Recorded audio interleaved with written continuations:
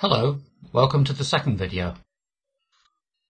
As the hard evidence of the 6-minute walk clearly shows that CBT produced no additional improvement at all, and that graded exercise, concentrating on walking for a whole year, only showed a trivial improvement, how did the PACE team come to the conclusion that these therapies should continue to be used? Well, they focused on two subjective assessments. One questionnaire on fatigue and one questionnaire on physical activity. Let's just focus on the second one for now. This involved using the SF-36 questionnaire. This questionnaire has 10 questions asking patients to say whether they had any trouble with things like lifting and carrying groceries. Patients could choose between saying that they were not limited at all, for which they got 10 points, limited a little, 5 points, or limited a lot, no points.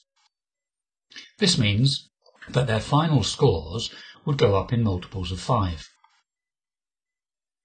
The average age of the patients in the trial was 38, and a perfectly healthy person of that age could expect to score 100. The authors looked at a survey of people of working age, both healthy and ill, and concluded that a score of 75 or more was within normal function, and set this as their target. Notice that this does not mean healthy. When you or I use the word normal in this way, such as the computer, or perhaps the car is working normally, we mean that it's working properly. That isn't the case here.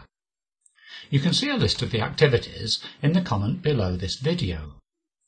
Remember, we are talking about people in their late 30s. So press the pause on this video and look through those 10 activities.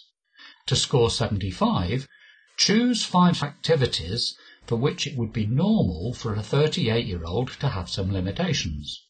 Have a go now.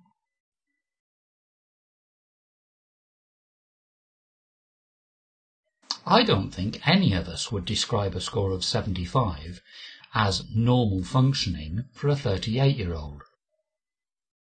However, most people with ME would be pleased to be at this level, so let us accept it as a decent target. The authors of the PACE trial expected around 60% of the CBT group and 50% of the graded exercise group to reach this level by the end of the trial. This is the level of success they have claimed for many, many years. At the start of the trial, they chose patients scoring 60 or less to take part.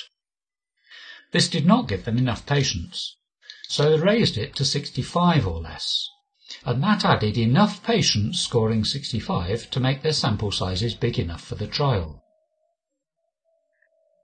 At the end of the trial, they reported that 30% of the patients were assessed as being within normal function, and it's this figure that has been widely reported along the lines of 30% of patients were cured.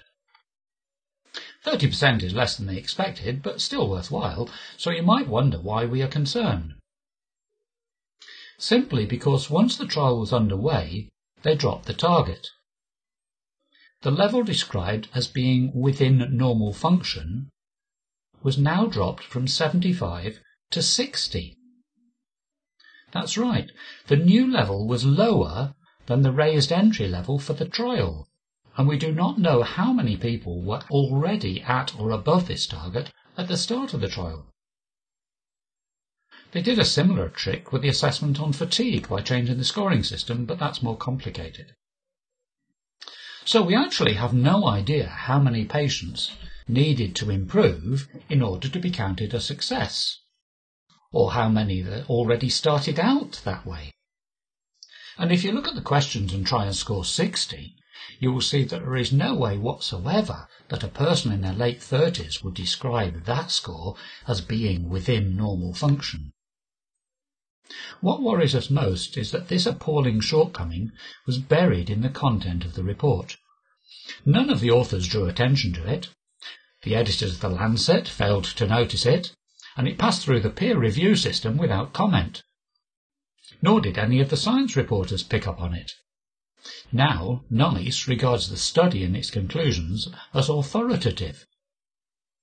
What you can be sure is that if anybody tells you that 30 to 40% of ME patients recovered with CBT or graded exercise, they didn't bother to read the actual report.